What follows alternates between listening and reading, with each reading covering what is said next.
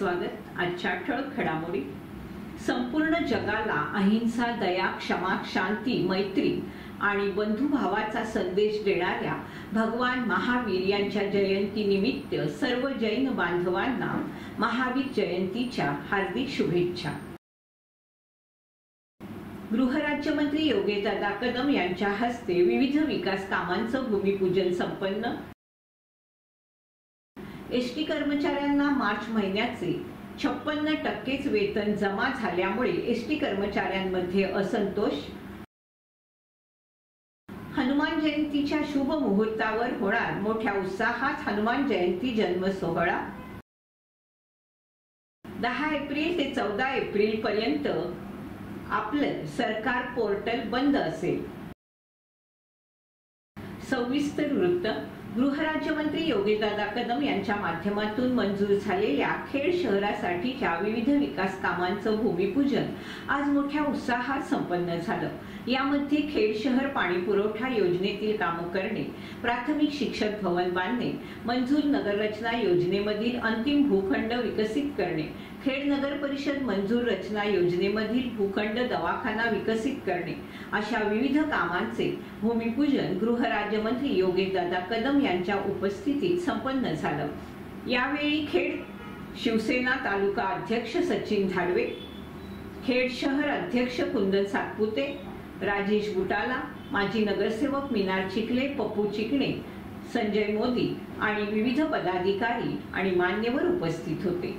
आता आज आपण शहरामध्ये कोट्यावधी रुपयांच्या कामांचं भूमिपूजन केलं, काय याच्या पुढे खेड शहराचे इशारा? नाही बघा, सन्माननीय रामदास भाईंनी खेड शहराच्या विकासाकरता आजपर्यंत अनेक चांगली कामं केलेली आहेत। सन्माननीय रामदास भाई आमदार असताना खेड नगर परिषद ही शिवसेनेकडे असताना भरीव निधी रामदास भाईंनी इथे आणला आणि सर्व समाजामध्ये सलोखा ठेवून शहराचा विकास रामदास भाईंनी साधला।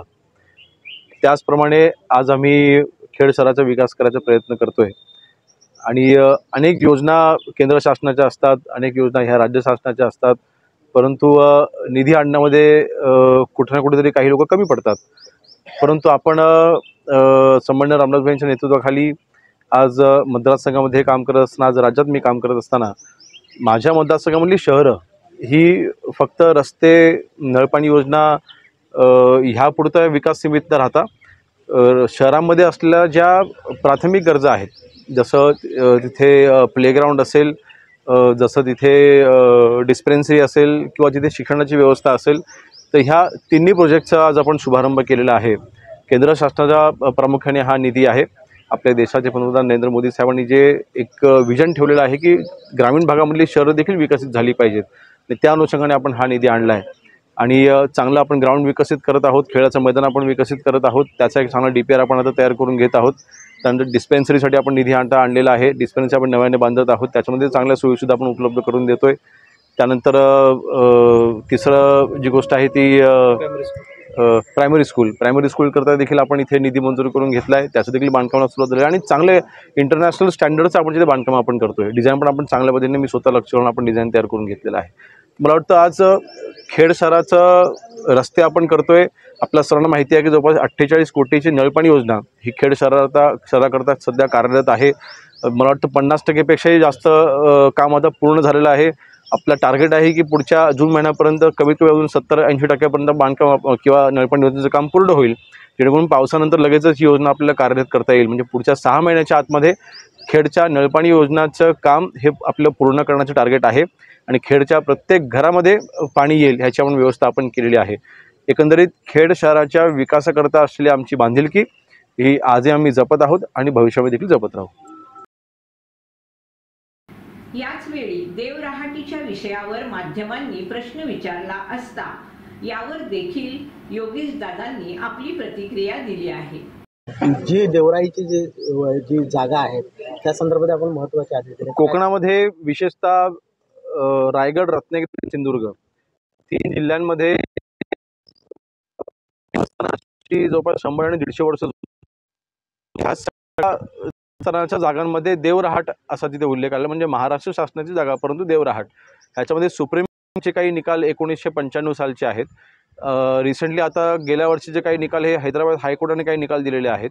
तर ह्या अनुषंगाने देव रहाटेचं नक्की व्याख्या काय किंवा देव रहाटीमध्ये माझा असा समज आहे की जी 95ची सुप्रीम कोर्टाची ऑर्डर होती त्याच्यामध्ये त्यांनी असं नमूद केलं होतं की रिझर्व्ह फॉरेस्ट आणि प्रायव्हेट फॉरेस्ट असे दोन प्रकारचे फॉरेस्ट असतात. तर प्रायव्हेट फॉरेस्टमध्ये काही देवस्थानं आहेत जिथे जर का झाडी झुडपं असतील, जर का जुनी झाडं असतील तर त्याला तुम्ही संरक्षित वन घोषित करून त्या ठिकाणी तुम्ही देवराट म्हणून तिथे घोषित करा, अशा वेळी ती व्याख्या आहे. परंतु रत्नागिरी जिल्ह्यामध्ये एकही असं कुठलंही संरक्षित वने म्हणून तिथे डिक्लेअर केलेलं नाही कागदावरती. आणि म्हणून मला वाटतं ह्याचा संपूर्ण अहवाल हा मी पुढच्या 15 दिवसामध्ये वन विभाग, महसूल विभाग आणि असे एकत्रितपणे मी तो मागवला आहे. आणि ह्याच्यामध्ये विधी आणि न्याय विभागाचं त्याच्यामध्ये अभिप्राय घेऊन 15 दिवसाच्या आतमध्ये मी अहवाल मागवलेला आहे. मला असं वाटतं की हा अहवाल आल्याच्या नंतर अनेक गोष्टींची तिथे उलगडा होणार आहे किंवा अनेक गोष्टी स्पष्ट होतील की नक्की देवराटेची व्याख्या काय. आणि सध्या या देवराटेंच्यामध्ये आपल्याला देवस्थानांची बांधकामाकडे सुद्धा परवानगी मिळत नाही आहे. आपल्याला खाजगी निधी खर्च करावा लागतो, तो पण अधिकृतरित्या आपण करत शकत नाही आहोत. आणि म्हणून शासनाचा निधी जर का ह्या देवळांकरता वापरायचा असेल, अनेक तीर्थस्थानं आपली आहेत, अनेक तिथे कवर्ग पर्यटनमध्ये असलेली देवस्थानं आहेत ज्याचा विकास ह्याच्यामुळे थांबलेला आहे, तर त्याला चालना देण्याकरता आणि अनेक ठिकाणी 7/12वरती देवस्थानाचं नाव काढून देवराट तिथे टाकलं गेलेलं आहे. तर पुन्हा त्या 7/12वरती देवस्थानाचं नाव आलं पाहिजे, त्या मंदिर व्यवस्थापनाचं नाव आलं पाहिजे. ह्याकरता पुढच्या 15 दिवसाच्या आतमध्ये अहवाल सादर मी करायला सांगितलेला आहे. एसटीच्या इतिहासामध्ये पहिल्यांदाच एसटी कर्मचाऱ्यांचा पगार फक्त 56% झालाय. निधी नसल्यामुळे एसटी कर्मचाऱ्यांचा पगार कमी झाला. एसटी कामगार संघटनेनं यावर अर्थातच टीका केली. जर फक्त 56% पगार मिळणार असेल तर एसटी कर्मचाऱ्यांनी जगायचं कसं, असा सवाल एसटी कर्मचारी सरचिटणीस श्रीरंग बर्गे यांनी केलाय. एसटी कर्मचाऱ्यांना मार्च महिन्याचे 56% वेतन जमा झालंय. महामंडळाला यंदा शासनाकडून मागणीच्या तुलनेत निम्माच निधी देण्यात आलाय. त्यामुळे एसटी कर्मचाऱ्यांना देण्यात येणाऱ्या वेतनाची रक्कम अपुरी असल्याचं कळतंय. परिणामी एसटी महामंडळाच्या कर्मचाऱ्यांचे पगार रखडणार असल्याची चर्चा गेल्या 2 दिवसापासून राज्यात चालू होती. गेल्या 2 दिवसापूर्वी सरकारकडून एसटी बँकेला देण्यात आलेला 40 कोटी रुपयांचा निधी हा एसटी कर्मचाऱ्यांना वेतन देण्या इतका पुरेसा नाही असं मत महाराष्ट्र एसटी कर्मचारी काँग्रेसचे सरचिटणीस श्रीरंग बर्गे यांनी व्यक्त केलं होतं. तर दुसरीकडे मार्च महिन्याचं वेतन अर्धच आल्यामुळे एसटी कर्मचारी चांगलेच आक्रमक झाल्याचं पाहायला मिळतंय. पूर्ण पगार द्या अन्यथा आंदोलन करणार असा इशारा कामगार संघटनेकडून देण्यात आलाय. महाराष्ट्र शासनाच्या माहिती तंत्रज्ञान विभागाकडून 10 ते 14 एप्रिल 2025 या कालावधीत आपलं सरकार पोर्टलवर नियोजित देखभाल आणि हार्डवेअर अद्ययावत करण्याचं काम करण्यात येणार आहे. या कालावधीत आपलं सरकार सेवा पोर्टल वरील सर्व सेवा आणि प्रणाली काही काळासाठी अनुपलब्ध राहतील. 10 ते 14 एप्रिल 2025 या कालावधीत बहुतांश दिवस सार्वजनिक सुट्ट्या असल्यामुळे नागरिकांनी आपलं सरकार सेवा केंद्र, सेतू केंद्र चालवणाऱ्या कर्मचाऱ्यांनी, ग्रामपंचायतींनी तसेच शासनाच्या विविध विभागातील कर्मचाऱ्यांनी आपापल्या सेवा संबंधित कामाचं नियोजन पूर्वीच करावं असं आवाहन माहिती तंत्रज्ञान विभाग, महाराष्ट्र शासन यांनी केलंय. श्री हनुमान मित्र मंडळ मुर्डे शिंदेवाडी येथे येत्या हनुमान जयंतीच्या शुभ मुहूर्तावर मोठ्या उत्साहात हनुमान जयंती जन्मकाळ साजरा करण्यात येणार आहे. आणि या उत्सवाची सुरुवात 9 एप्रिल पासून करण्यात आली असून हनुमान मंदिर वास्तुशांती, कोष्ट्याळी श्री रामवरदायिनी मंदिर खेड ते मुर्डे शिंदेवाडी येथे हनुमान मूर्ती आणि कलश मिरवणूक, महाप्रसाद, स्थानिक भजन, 10 एप्रिल रोजी सहदेव खामकर यांच्या घरापासून ते हनुमान मंदिरापर्यंत मूर्ती मिरवणूक, हनुमान मूर्तीची प्राणप्रतिष्ठापना, हरिपाठ, महाप्रसाद, कीर्तन. तर 11 एप्रिल रोजी हनुमान मंदिराचं उद्घाटन, कलशारोहण, हरिपाठ, महाप्रसाद, भजन, सांस्कृतिक कार्यक्रम आणि 12 एप्रिल रोजी हनुमान जन्म सोहळा, पालखी दिंडी मिरवणूक, सत्यनारायणाची पूजा, देणगीदार आणि मान्यवरांचा सत्कार समारंभ, माहेरवाशिणींचा सत्कार, महाप्रसाद, हरिपाठ तसेच रात्री मनोरंजनासाठी नवतरुण नमन नाट्य मंडळ, निवळी चौपाई, गणगवळण आणि ऐतिहासिक व काल्पनिक वगनाट्य, कहाणी रक्ताच्या नात्याची अर्थात रक्ताने माखले रक्षाबंधन सादर केलं जाणार आहे. अशी या कार्यक्रमाची रूपरेषा आखण्यात आली आहे। मंडळाचे पदाधिकाऱ्यांनी दीपवाहिनीजवळ बोलताना अधिकची ही माहिती दिली आहे। मुरडे शिंदेवाडीमध्ये आज आमची हनुमान जयंती 12 तारखेला होणार आहे आणि त्या अनुषंगाने आमचा हनुमान मंदिर जो आहे तो 1960 साली स्थापन झालेला आहे आणि आमच्या ही मुंबई मंडळ आणि ग्रामीण मंडळ या दोन्ही मंडळाचं असं स्वप्न होतं, महिला मंडळ त्याच्यामध्ये आहे, असं स्वप्न होतं की आपला मंदिराला कळत चालला पाहिजे। आणि या अनुषंगाने मुंबई मंडळाचे अध्यक्ष अरुंधजी खामकर, त्याचप्रमाणे आमचे ग्रामीण अध्यक्ष रेवंद्रजी खामकर आणि आमचे सर्व हे टीमचे पदाधिकारी यांनी आम्ही सर्वांनी एक असा निर्णय घेतला की काही झालं तरी हा आपला हनुमान मंदिर हा एका वर्षामध्ये झाला पाहिजे।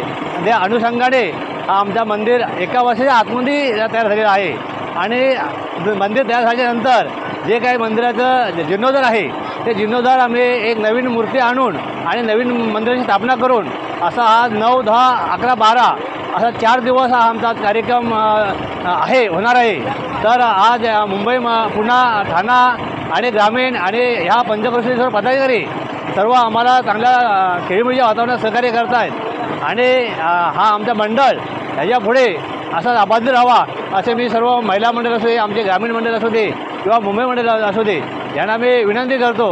आणि आपण आज आम्हाला भेट द्यायला आलात त्याबद्दल मी आमच्या मंडळाच्या वतीने आपले आभार मानतो। श्री हनुमान मंदिर ट्रस्ट खारीतर्फे हनुमान जयंती 2025 सालाबाद प्रमाणे मोठ्या उत्साहात साजरी होणार आहे।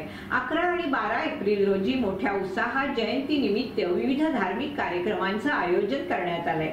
11 तारखेला दुपारी 3 वाजता सत्यनारायणाची महापूजा आणि सायंकाळी 6 ते 10 तीर्थप्रसाद, 6:30 ते 7:30 ग्रामस्थांचं भजन, 7:30 ते 10 महाप्रसाद आणि 10 वाजता करमणूक म्हणून त्रिमूर्ती वरदान मानाई भजनी भारूड मंडळ दहिवली बुद्रुक चिपळूण व 12 तारखेला सकाळी 6 वाजता जन्मकाळ अभिषेक, 6:30 वाजता महाआरती, 7 ते 9 भक्तांसाठी दर्शन सोहळा, 9 ते 11 ग्रामस्थांचं भाषण अशी कार्यक्रमाची रूपरेषा आहे।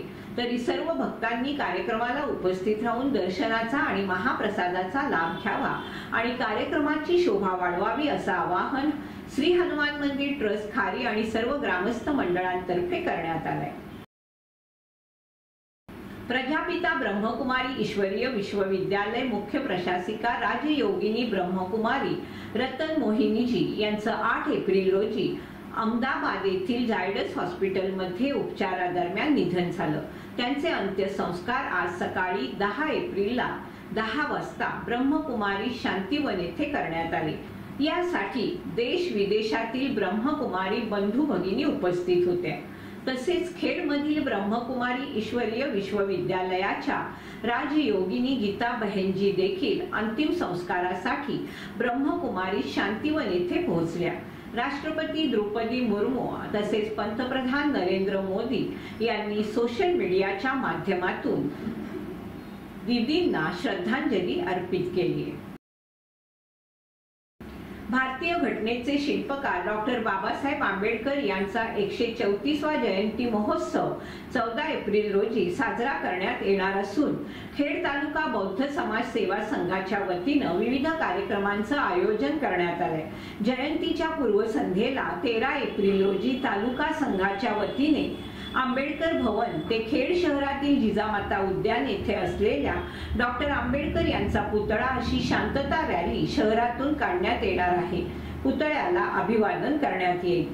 14 एप्रिल रोजी सकाळी 10:30 वाजता धम्मध्वजारोहण, भारतीय संविधानाच्या उद्देशिकेला अभिवादन, बौद्धाचार्य संस्कार समितीच्या हस्ते बुद्ध पूजा पाठ, 11 ते 1 डॉक्टर बाबासाहेब आंबेडकर यांच्या प्रतिमेची मिरवणूक, दुपारी 1 ते 2 बौद्ध कर्मचारी संघटना खेडच्या वतीने भोजनदान, 2 ते 5 जाहीर सभा होणार असून प्रमुख वक्त्या म्हणून डॉक्टर प्राध्यापिका निर्जरा संदीप गमरे या मार्गदर्शन करणार आहेत। रात्री 9:30 वाजता प्रसिद्ध गायक मनोज राजा गोसावी नागपूर आणि अश्विनी रोशन खोब्रागडे विदर्भ मराठवाडा यांचा प्रबोधनात्मक कव्वाली गायनाचा कार्यक्रम होणार आहे।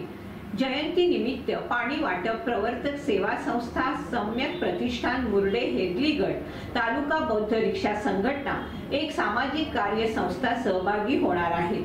तर भोसते शाखा स्थानिक मुंबई आणि भीमज्योत तरुण मंडळ यांच्या वतीने मोफत आरोग्य शिबिर संपन्न होणार आहे. कोकण मराठी पत्रकार संस्था या संस्थेचा प्रथम वर्धापन दिन सोहळा आणि त्या निमित्तानं कोकणवासीय पत्रकारांचा स्नेह मेळावा रविवार दिनांक 13 एप्रिल रोजी सकाळी ठीक 11:30 वाजता आयोजित करण्यात आलाय. या मेळाव्यात कोकणातील नामवंत पत्रकारांना पत्रकार भूषण आणि समाजातील विविध क्षेत्रात उल्लेखनीय कामगिरी बजावणाऱ्या कोकणातील व्यक्तींना विविध पुरस्कारांनी गौरवण्यात येणार आहे. उद्योग मंत्री उदय सामंत, महाराष्ट्र राज्य पालकमंत्री रत्नागिरी जिल्हा, तसेच योगेशदादा कदम गृह राज्य मंत्री, महसूल, ग्रामविकास आणि पंचायत राज, अन्न नागरी पुरवठा आणि ग्राहक संरक्षण, अन्न आणि औषध प्रशासन विभाग, तसेच श्री संजय भावे, कुलगुरू डॉक्टर बाळासाहेब सावंत कोकण कृषी विद्यापीठ, श्री अजय बिरवटकर, अध्यक्ष महाराष्ट्रीय यादव चॅरिटी ट्रस्ट मुंबई, अनिलराज रोकडे, अध्यक्ष वसई विरार महानगर पत्रकार संघ, शशिकांत सावंत दापोली निवासी संपादक दैनिक पुढारी यांच्या उपस्थितीत आणि डॉक्टर सुकृत खांडेकर ज्येष्ठ पत्रकार संपादक दैनिक प्रहार यांच्या अध्यक्षतेखाली हा कार्यक्रम संपन्न होणार आहे. तरी या कार्यक्रमाला उपस्थित राहण्याचं आवाहन एकनाथ बिरवटकर संस्थापक अध्यक्ष, श्री संतोष धोत्रे कोषाध्यक्ष, दिलीप देवळेकर प्रमुख कार्यवाह, दिलीप शेडगे संयुक्त कार्यवाह, श्रीकांत चाळके उपाध्यक्ष यांनी केलंय. याचबरोबर वेळ झाली इथेच थांबण्याची. आपण पाहत रहा आपली लाडकी वाहिनी दीपवाहिनी.